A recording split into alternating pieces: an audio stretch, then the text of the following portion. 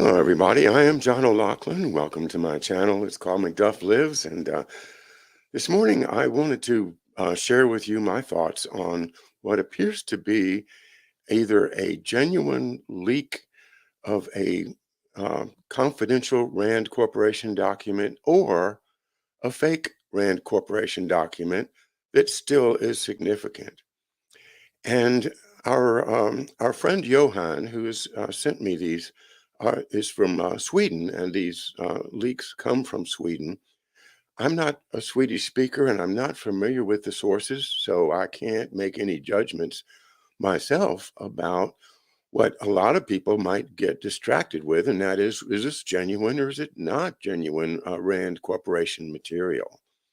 But what I think it's worth doing is reading through it for the content of it because I don't know if it's RAND Corporation or somebody else that put this document together, but I think the document makes a lot of sense.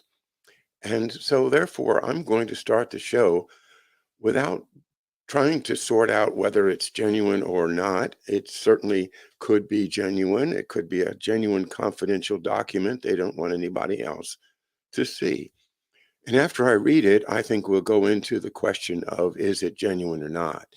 So stick around for that. But let's start off with just going to the alleged RAND Corporation document. And we'll start there. Just a moment.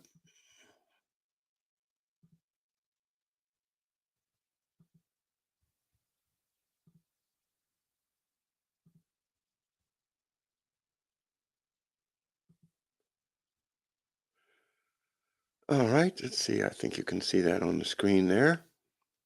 And maybe I can expand it a little bit.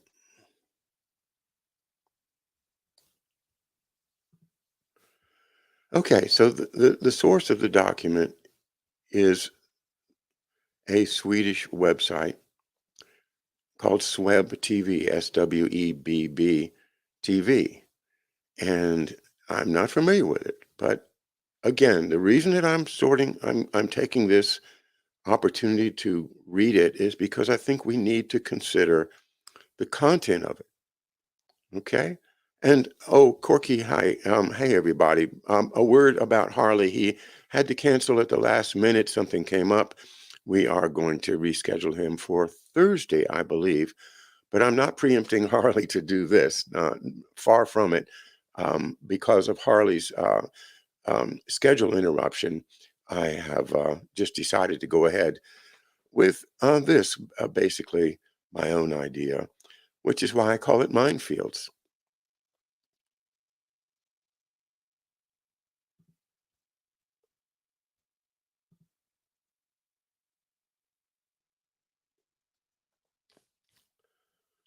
All right, let's just check and make sure you guys can see it, and you can. Maybe I can make it a little bigger again. Oops, not that much.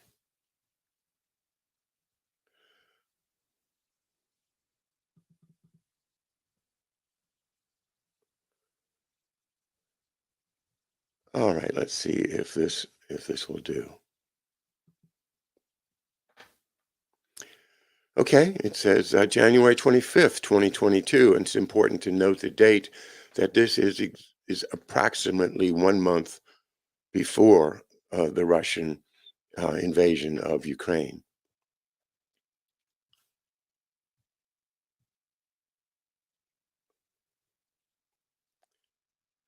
And the document, as you would expect, contains the boilerplate of the RAND Corporation. So that much looks genuine, but who can say? Executive summary: weakening Germany, strengthening the U.S. The present state of the U.S. economy does not suggest that it can function without financial and material support from external sources. The quantitative easing policy, which the Fed has resorted to regularly in recent years, as well as the uncontrolled issue of cash during the 2020 and 2021 COVID lockdowns, have led to a sharp increase in the external debt and an increase in the dollar supply. Excuse me.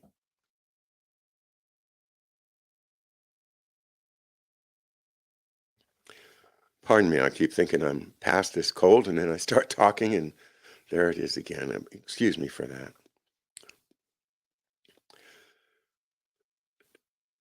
So the first paragraph rings true to me.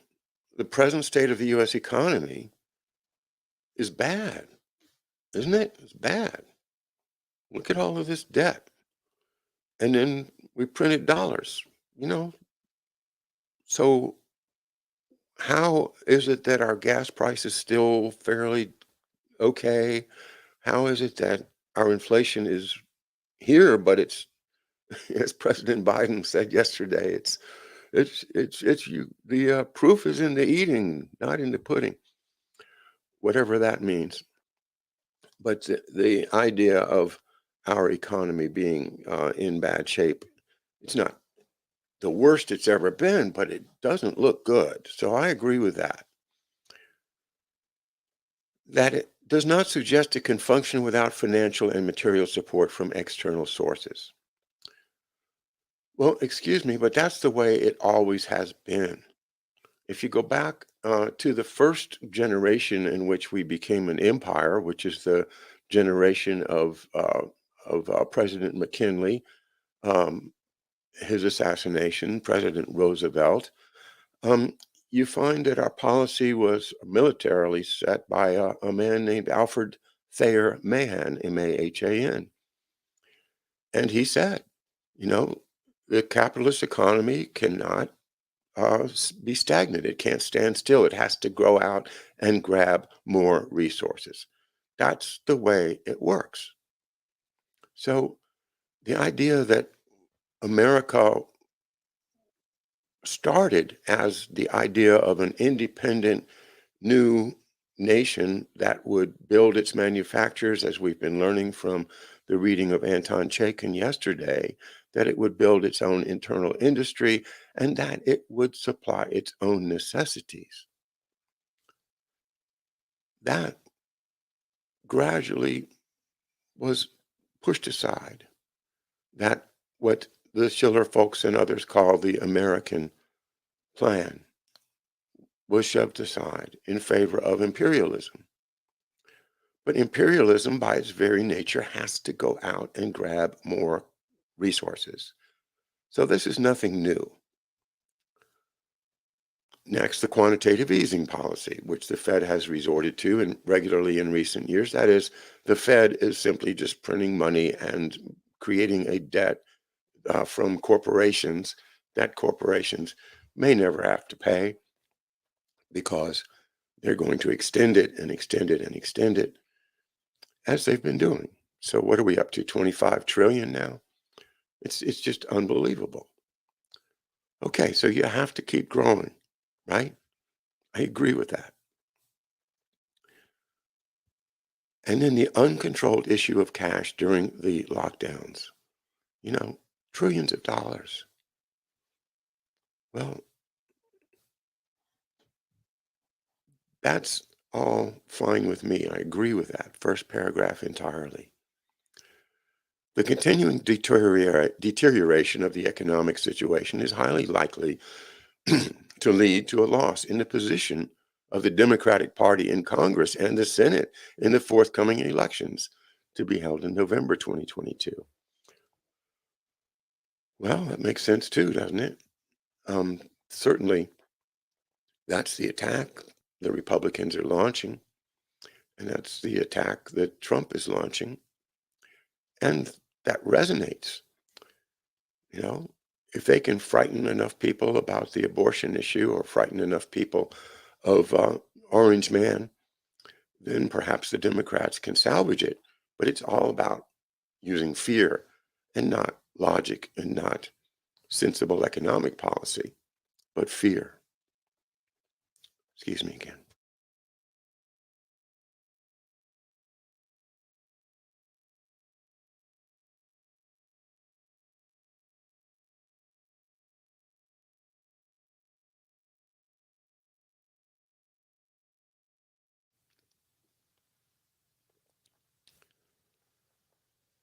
The impeachment of the president cannot be ruled out under these circumstances, which must be avoided at all costs. The impeachment of the president, we're talking about Joe Biden here, RAND Corporation, if that's who you are. Whoever's saying this is talking about the potential impeachment of President Biden. Well, they see it as a danger. Should we not be looking at it too as a real possibility of impeaching President Biden? That could be the outcome of the congressional election in November. And personally, I'd love it. I'd love to see Joe getting impeached. Um, and the crimes, you know, uh, high crimes and misdemeanors. All it takes is a willingness to spell them out, show the numbers, show the details, expose all of this corporate Bill Gates, Warren Buffett, Kolomoisky, and the oligarchs, mafiosi, you know, not to mention Ukraine. All right. So, yeah, that is a real concern if you are a Democrat in the Democratic Party. There is an urgent need for resources to flow into the national economy, especially the banking system. Only European countries bound by EU and NATO commitments will be able to provide them without significant military and political costs for us being the United States. I guess maybe what it means is the combined financial powers of the United States. Or maybe it just means the banks generally, such as the City of London. The major obstacle to it is growing independence of Germany. I've read this other places. It's not new to me. The idea, it goes right in all the way back to the Mackinder Plan and the idea that if Germany becomes independent, then it can do business with Russia and China. And that's the key to this argument that's being presented here in this paper.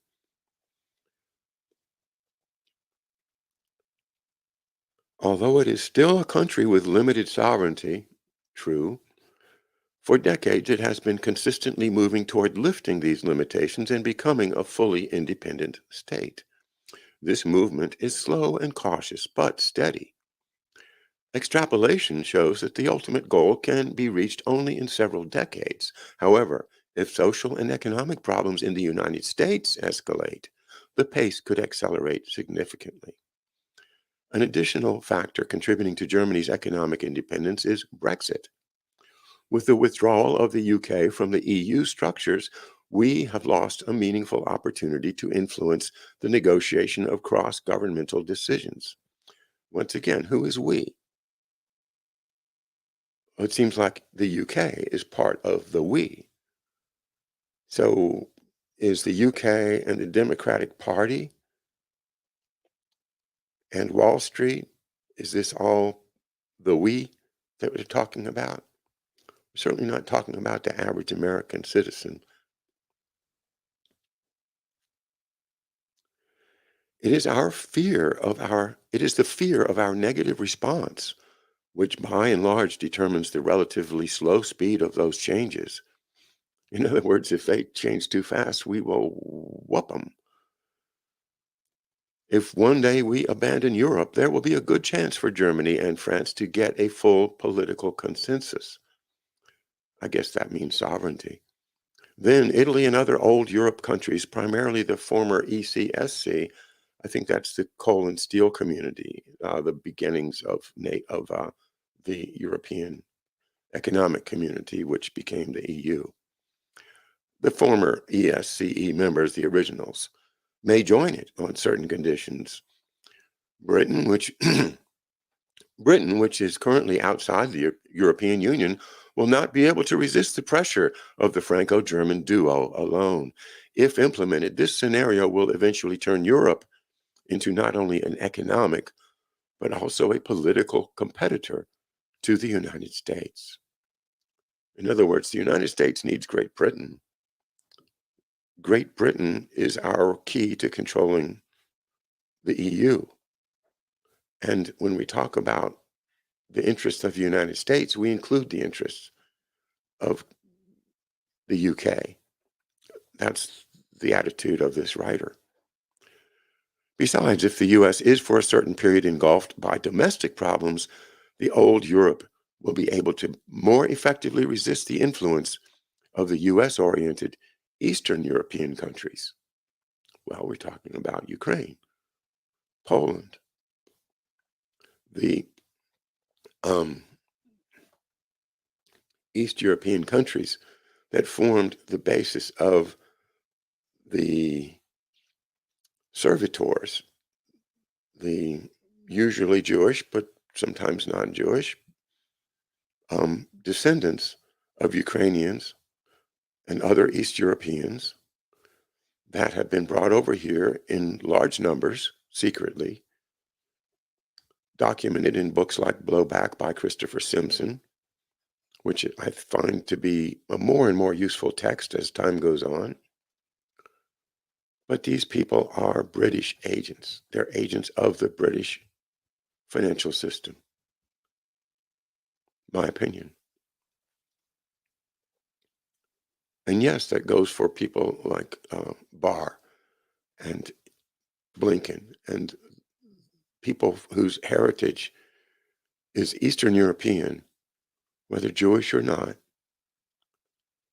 and significantly passes through London or UK interests before arriving in the United States.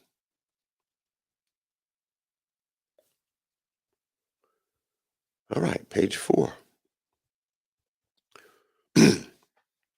Vulnerabilities in German and EU economy.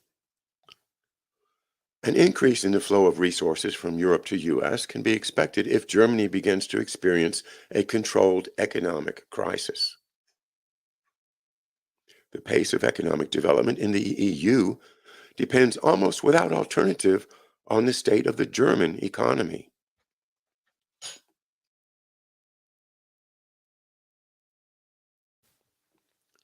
It is Germany that bears the brunt of the expenditure directed toward the poorer EU members. The current German economic model is based on 2 pillars. They are unlimited access to cheap Russian energy resources. Wow. And to cheap French electric power thanks to the operation of nuclear power plants. I never thought of that. I didn't know that French nuclear power, which I do know about, was supplying Germany. I didn't know that. Is that true? I don't know, but that's what it says here. So if Germany is dependent upon Russia for its energy resources, and this article, this written in January 2022, a month before the invasion, while the back and forth is going on over Nord Stream 2.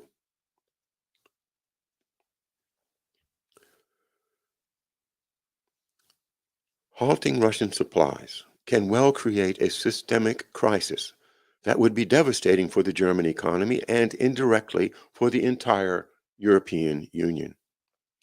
The French energy sector could also soon begin to experience heavy problems. The predictable stop of Russian-controlled nuclear fuel supplies, combined with the unstable situation in the Sahel region, would make French energy sector critically dependent on Australian and Canadian fuel. In connection with the establishment of AUKUS, that's AUKUS, the Australia, US, and Korea, whatever it is, association, it creates new opportunities to exercise pressure. However, this issue is beyond the scope of the present report, okay? A controlled crisis. And this is what I think is so important, is that sure looks like it to me. Whether this was written at RAND or in somebody's back room in a basement, it makes sense to me, and that's why I'm sharing it. Due to the coalition constraints, the German leadership is not in full control of the situation in the country, thanks to our precise actions. Our, again, who are we? British intelligence, maybe? RAND Corporation? U.S. intelligence? Is it all the same thing? Who are we in this scenario? Thanks to our precise actions, it has been possible to block the commissioning of the Nord Stream 2 pipeline, despite the opposition of lobbyists from the steel and chemical industries. However, the dramatic deterioration of the living standards may encourage the leadership to reconsider its policy and return to the idea of European sovereignty and strategic autonomy. The only feasible way to guarantee Germany's rejection of Russian energy supplies is to involve both sides in the military conflict in Ukraine. You see why I'm reading this? Because it makes so much sense. Our further actions in this country will inevitably lead to a military response from Russia. I didn't think they were going to do it. Remember, in January of this year, 2022, I, along with a lot of other people, highly respected pundits, YouTubers, Twitter commenters, were saying, and me, myself included, saying, no, Russia would never go into Ukraine. Sure, they've got 200,000 troops on the border, but they're not going to go into Ukraine. That was my opinion, because it looked like a crazy thing to do at the time. But they did it.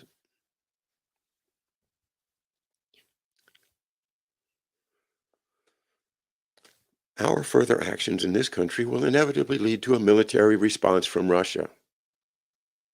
Russians will obviously not be able to leave unanswered the massive Ukrainian army pressure on the unrecognized Donbass republics. And there you go. It goes back to the Minsk Accords and the failure of Ukraine to implement the Minsk Accords. That would make possible to declare Russia an aggressor and apply to it the entire package of sanctions prepared beforehand. Putin may in turn decide to impose limited counter-sanctions, primarily on Russian energy supplies to Europe. Yeah, I think he did, didn't he? Thus, the damage to the EU countries will be quite comparable to the one to the Russians. And in some countries, primarily in Germany, it will be higher. Again, Russian ruble is doing okay. The EU is, I think, below the dollar now. And people in Germany are in big trouble for their energy supplies this winter.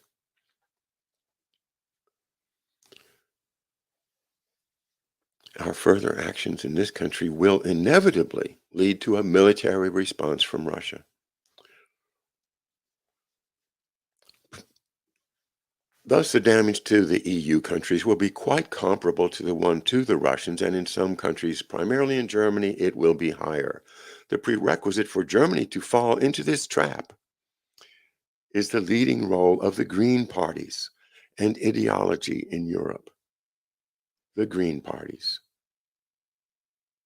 The Rockefeller parties, right? The Maurice, what's his name, parties, the the great Green Revolution, that James Corbett has done wonderful exposés on in his work at the CorbettReport.com. But you understand the Greens, right? Well, maybe we don't. The German Greens are a strongly dogmatic, if not zealous movement, which makes it quite easy to make them ignore economic arguments. In this respect, the German Greens somewhat exceed their counterparts in the rest of Europe. Personal features and the lack of professionalism of their leaders, primarily Annalena Baerbock and Robert Habeck, permit to presume that it is next to impossible for them to admit their own mistakes in a timely manner. A little note of grammar here. It should have said, permit us to presume. It just said, permit to presume. I wonder if that's an indication of a bad translation, or possibly somebody just left out a word and didn't notice it. But did the RAND Corporation make a grammatical error like that and not catch it? I don't know about that. It could be a hint to its not being a RAND Corporation document, but it's just a tiny point, but I didn't want to skip over it. Thus, it will be enough, excuse me. Thus, it will be enough to quickly form the media image of Putin's aggressive war, to turn the Greens into ardent and hardline supporters of sanctions, a party of war. To turn the Greens into a party of war. Isn't that great? It's like turning liberals into totalitarians. It will enable the sanctions regime to be introduced without any obstacles, and it was. The lack of professionalism of the current leaders will not allow a setback in the future, even when the negative impact of the chosen policy becomes obvious enough. It is obvious, isn't it? The partners in the German governing coalition will simply have to follow their allies, at least until the load of economic problems outweighs the fear of provoking a government crisis. In other words, until it gets really, really bad. In other words, until there's a revolution or a virtual revolution. And that's where they're pushing things. However, even when the SPD and the FDP are ready to go against the Greens, the possibility for the next government to return relations with Russia to normal soon enough will be noticeably limited. Germany's involvement in large supplies of weapons and military equipment to the Ukrainian army will inevitably generate a strong mistrust in Russia, which will make the negotiations process quite lengthy. If war crimes and Russian aggression against Ukraine are confirmed, the German political leadership will not be able to overcome its EU partners' veto on assistance to Ukraine and reinforced sanction packages. There's another grammatical question mark I have here about that's not a really well-written sentence. This will ensure a sufficiently long gap in cooperation between Germany and Russia, which will make large German economic operators uncompetitive. You see why? Because of the gas, because of the Russian oil and gas. Expected consequences. A reduction in Russian energy supplies. Ideally, a complete halt of such supplies would lead to disastrous outcomes for German industry. Indeed. The need to divert significant amounts of Russian gas for winter heating of residential and public facilities will further exacerbate the shortages. Lockdowns in industrial enterprises will cause shortages of components and spare parts for manufacturing, a breakdown of logistic chains, and eventually a domino effect. Remember when you're talking about supply chains, 3, 4, 5 months ago, supply chains are breaking down. Well, they didn't really break down, but the propaganda was saying they were breaking down, and maybe they did a bit. But is that a propaganda generated breakdown as opposed to a real breakdown?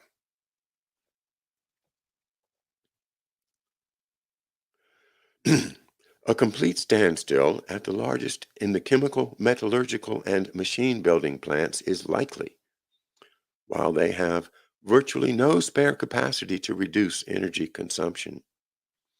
It could lead to the shutting down of continuous cycle enterprises, which would mean their destruction.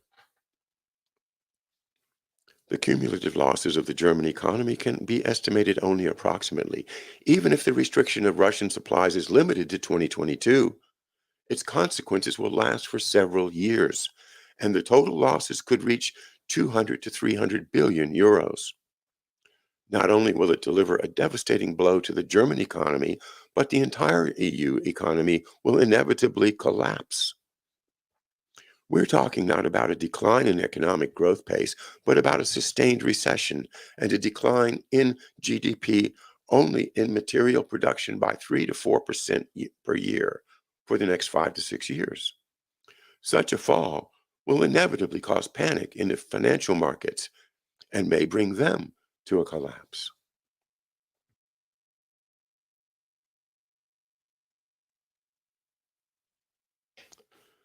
The euro will inevitably and most likely irreversibly fall below the dollar.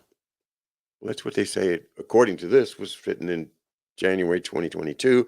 And today we can verify that it did fall below the dollar. And under what circumstances could it rise back up? Well, if they opened the Nord Stream 2, maybe that might encourage people to use the euro again. But right now, the euro is under attack, and Russia is only interested in getting rubles.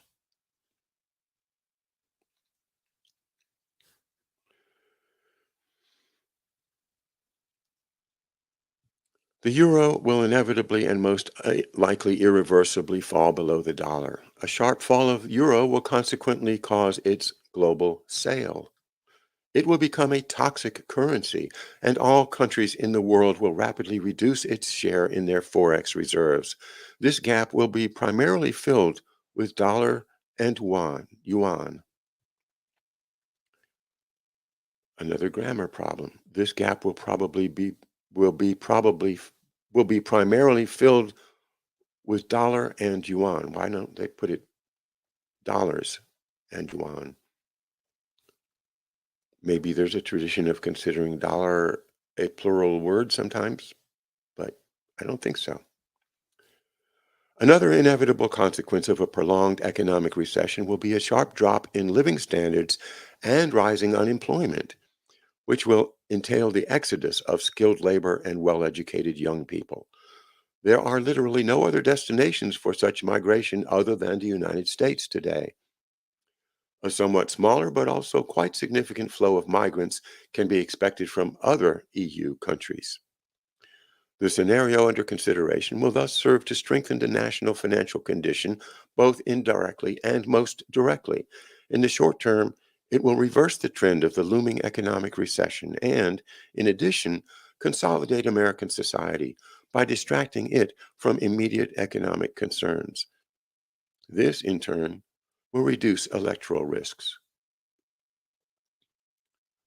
So we're looking at the war in Ukraine, we're looking at the economy of Germany, and we're listening to all these reports about uh, Russian aggression, and that's distracting us from the election. Okay.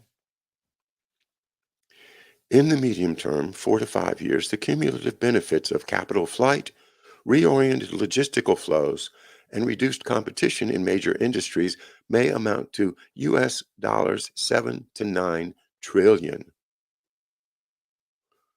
Unfortunately, China is also expected to benefit over the medium term from this emerging scenario.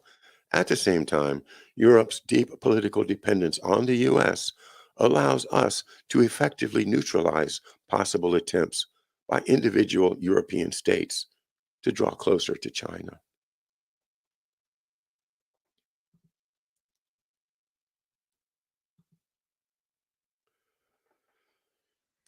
All right, that's the page. That's 6 pages. That's all it was. And again, I don't really know if it's RAND Corporation or not, but RAND Corporation says it's not. Let's just indulge ourselves by going to their website for a moment and see what they say.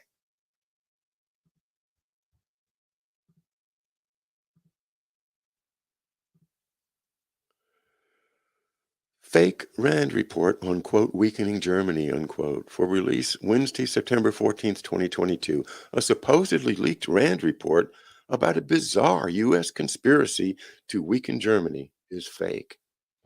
Genuine RAND research, analysis, and commentary on the war in Ukraine may be found at this page, and there's a hyperlink. Given the potential origins of this fake document, we encourage you to explore this resource on the quote fire hose of falsehood approach to propaganda and RAND's extensive research on truth decay, a phenomenon driven in part by the spread of disinformation. Well, talk about spreading disinformation. I think the RAND Corporation has a lot of experience in that. So let's go to this hyperlink, this page. And what do they say? Russia's war in Ukraine, insights from RAND. On February 24th, 2022, Russian President Vladimir Putin launched an unprovoked invasion of Ukraine. You see, it's unprovoked. You didn't know that they were bombing the Donbass people and that everybody knew that Russia would inevitably have to come in with their military if they just kept on prodding them enough, keep poking the bear. Right? No, it's a big surprise to the RAND Corporation. February 24th, oh, unprovoked invasion. Wow. Setting off the largest armed conflict in Europe since World War II. Ukraine has mounted a strong defense despite being vastly outnumbered. Wait a minute. Doesn't Ukraine have a 1 million-person army now? And the Russians have only sent in, 180,000 or whatever it is? Well, no. Poor Ukrainians were vastly outnumbered. But Russian bombing and shelling have pummeled Ukrainian cities. Civilian casualties are growing by the day, and the fighting has sparked an enormous refugee crisis. Well, what was predicted by that report, the fake one, the one that wasn't really from RAND, but was from somebody else that was probably pretty smart, is that on February 24th, despite my thinking they would never do it, the bear got poked too many times. And so Putin sent in a special military operation.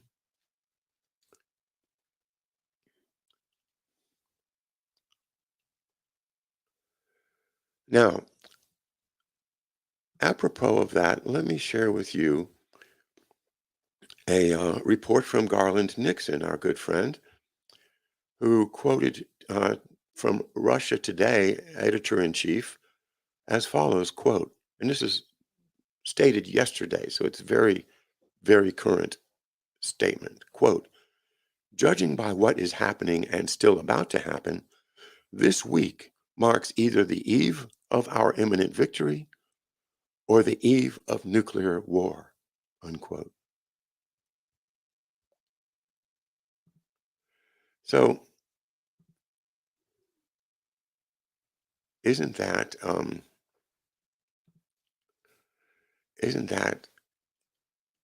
interesting statement? This is the head of RT, Russia Today, the Russian state-owned broadcasting system that Garland Nixon used to work in association with. I don't think he was an employee. But then we also have Edward Slavsquat, who was a former editor for RT, who reports to us in his last report, and you can see it on our archive at McDuff Lives 2, and also on Facebook, and also at McDuff Uncensored on BitChute. But his opinion was that he thinks Russia has done about all it can, and there's not much more that Russia can do to win their special military operation. While at the same time, if you look at reports on the ground, you can see that the Russians got terribly beaten back in the Kherson region, where they had occupied a good part of that large province or oblast. And the Ukrainian army, which supposedly was outnumbered and poorly equipped, suddenly now with all that money and all those arms and all of that technical support and special operations support, was able to break through the Russian lines and push them back hundreds of square miles. And now they're pressing on 3 or 4 different fronts. I didn't mean to say Kherson. That was the wrong uh, town. But okay, let me get the map up and I'll show you. Let's see. Just give me a second because I think it's important to visualize what we're seeing here.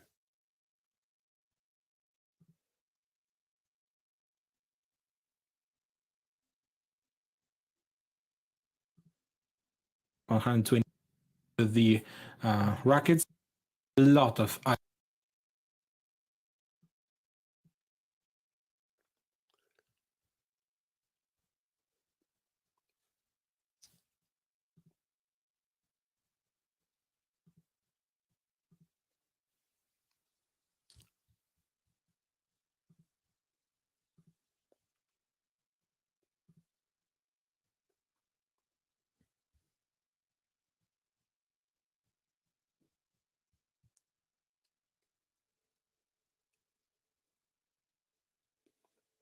Okay, I meant to say Kharkiv.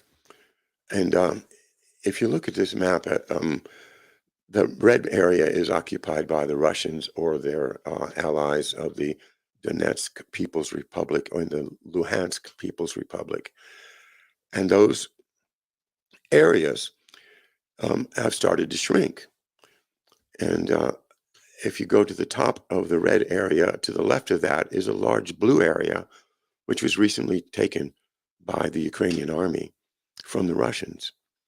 And the Ukrainians seem to be pressing down towards Kherson and are talking about actually retaking the Crimea, which is the large area with the red line around it down at the bottom, which Russia today says will never, ever leave Russia, will always be Russian. So what's Russia going to do? They have to make a choice. And I agree with the RT editor where we say, this week is important. How is Russia, with its only 200,000 troops, ever going to win against 1 million troops supported by Western money, Western intelligence, satellites, Western technology, radar systems, Western missile and artillery systems? The HIMARS is a very dramatic example of one of the reasons that the Ukrainian army has now staged a comeback. American weapons going to Ukraine to support them. And then, planes and tanks from Poland and other former Soviet bloc countries have enabled the Ukrainians to actually retake a lot of territory. In order for Russia to sustain what it's doing, it needs more troops. It's making appeals. This Wagner group goes into prisons, and you can find this easily on YouTube, and talks to the prisoners about becoming soldiers. Not just soldiers, but stormtroopers. In other words, people who are willing to go rush against the Russians, against the Ukrainians, as an alternative to living in what must be a hellhole of a Russian prison. So they're getting people out of the prisons. They're recruiting people all over the country. They need people to go into this voluntarily so they don't have to use their conscripts. Because committing the entire Russian army, which has a policy of 1-year conscription for all males,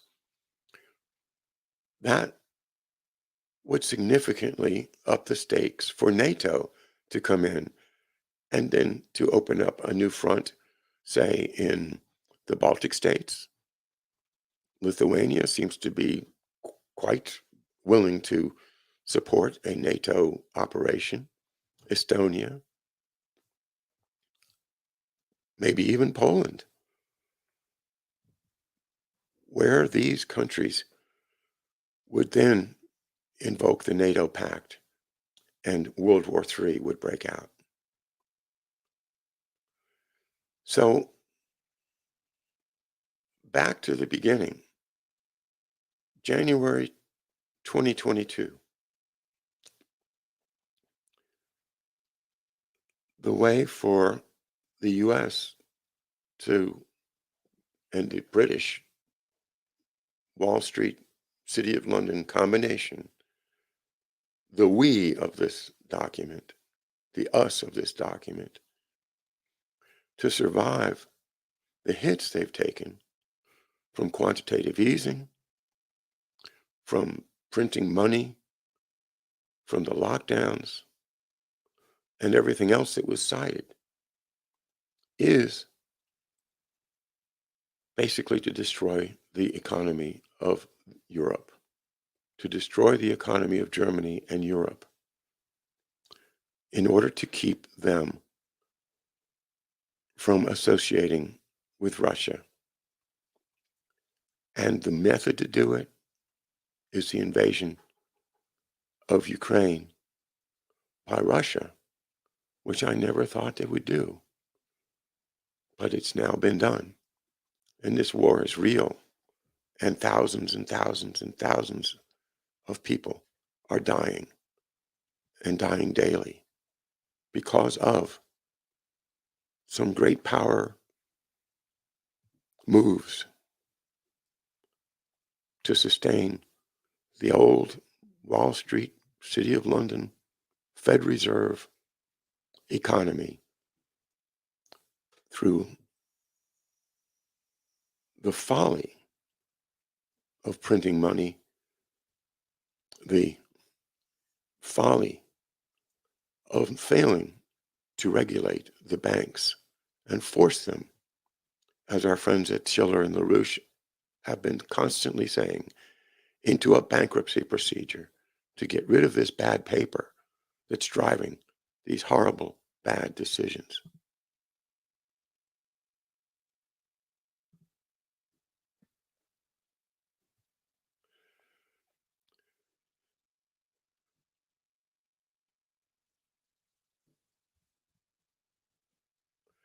Well, I'm going to take a moment and scroll through your comments and see if we have anything we want to talk about before 11 o'clock, and I'll be glad to answer any questions if I can.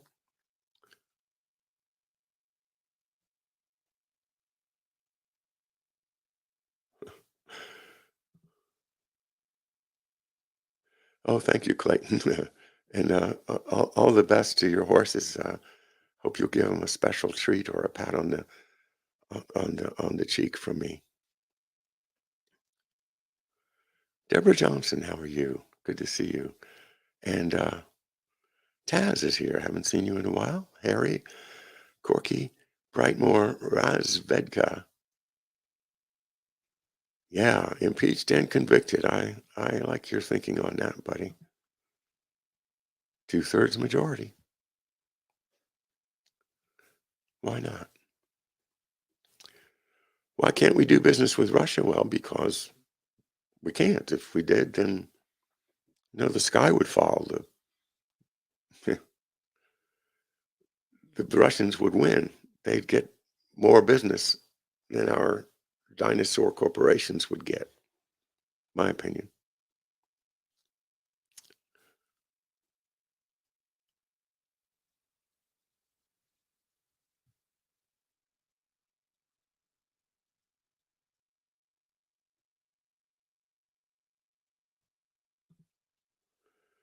Rise in gambling and weed industries attempts to offset lost revenue sources and offshored employment production.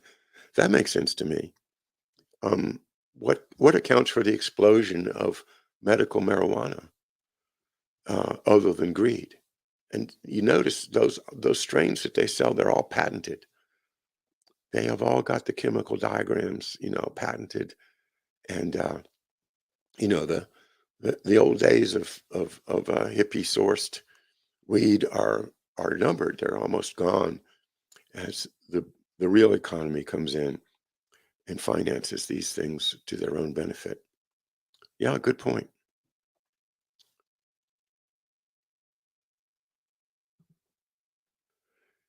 Ukraine was the largest money laundering territory. I think it still is. Also called a failed state. Well, not really. I don't think Noam Chomsky can sustain that idea because they haven't failed. They keep winning with support from our friends that we've just talked about.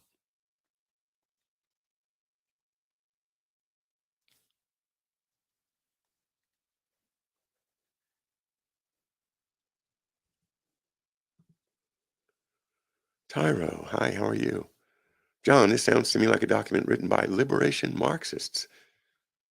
Please look into the topic of Society of Jesuits plans to replace capitalism and Western dominance with Marxism. Well, Tyro, I've been looking at that for a long time. I don't have any conclusions to give you, but I think it's a great thing to study. I've told you guys before that I like to follow this historical um, uh, YouTuber named Tick, T-I-K. And his most recent one today is about Aryanism and what a ridiculous idea it is. But he goes through going all the way back to the British, and I think it's a really worthwhile program to watch. If you go to TIK on YouTube and watch the one about what is Aryanism, it's not just a takedown of the silly idea of Aryanism. It also gives you a history of how the Nazis got into it. And I was, based on my own research, wanted to know from Tick what does he think about the Jesuits' influence on Heinrich Himmler.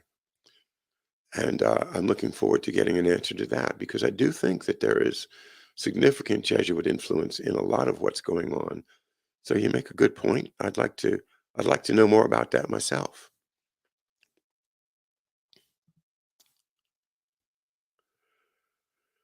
Mirtovet's enemies list have already been assassinated. When this occurs, the Ukrainian word, and I can't pronounce that, but yeah, they have been assassinating people. And, our good friends, a number of them are on that list.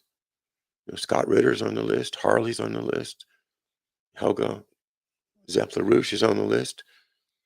Diane Sayer, who I urge you to vote for Senate if you possibly can, or support in other ways, in New York against Chuck Schumer in the primary. Wouldn't that be wonderful to defeat Chuck Schumer?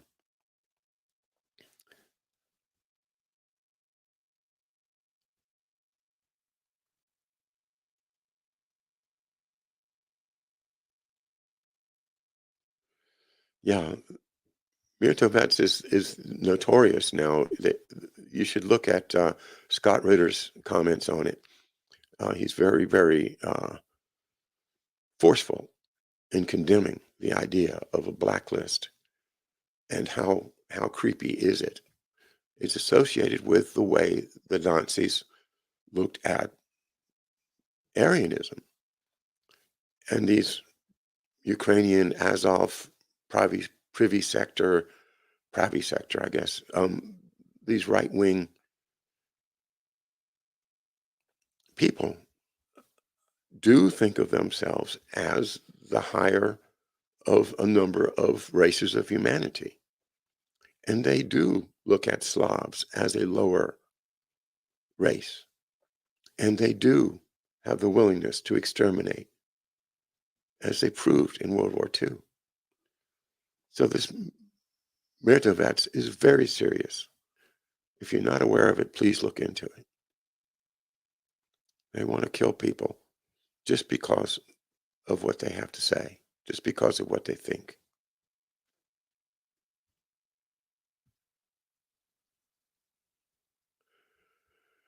Jason Key, yes, RAND has other reports on it. I did actually reference that already, their Extending Russia report. And if you go to RAND, what is it, randcorporation.org, I believe. Let's see.